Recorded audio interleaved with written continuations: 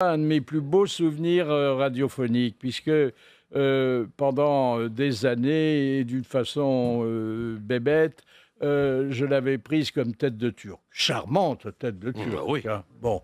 Mais bon, c'était à la fois un peu de jalousie pour quelqu'un qui était devenu mondialement célèbre. Une star mondiale. C'était aussi une espèce de misogynie, il faut bien le dire, qui à l'époque était très à la mode et qui heureusement ne l'est plus aujourd'hui. Et puis, j'écris un jour dans mon bloc-notes du Figaro Magazine, j'ai beaucoup de respect pour Madame Brigitte Bardot, parce que ça fait quand même plus de 40 ans qu'elle réussit à m'éviter. Et alors on lui montre cet article, ça la fait rire et elle me fait dire que si je l'invite aux grosses têtes, elle viendra naturellement. Ah bah, il fallait pas vous en dire plus. Hein. Et alors ce jour-là, j'ai eu peur.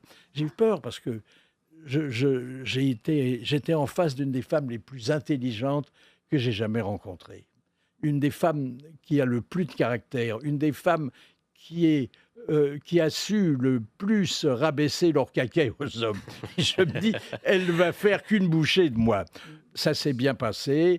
Nous sommes tombés dans les bras l'un de l'autre. Et depuis, de temps en temps, il y a un mot, un signe d'amitié auquel je suis particulièrement sensible. Je crois que celui que je vous ai lu en est un beau signe d'amitié. Hein.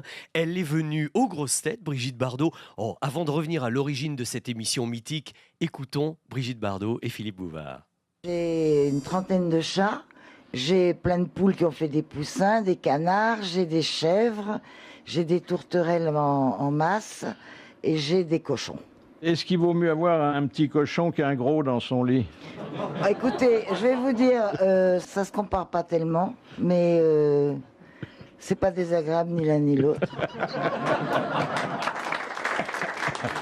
Vous aviez même un petit âne sur votre lit il y a des années. Vous le dites dans J'en ai eu votre lit. quelques-uns, des ânes sur mon lit, mais enfin bon.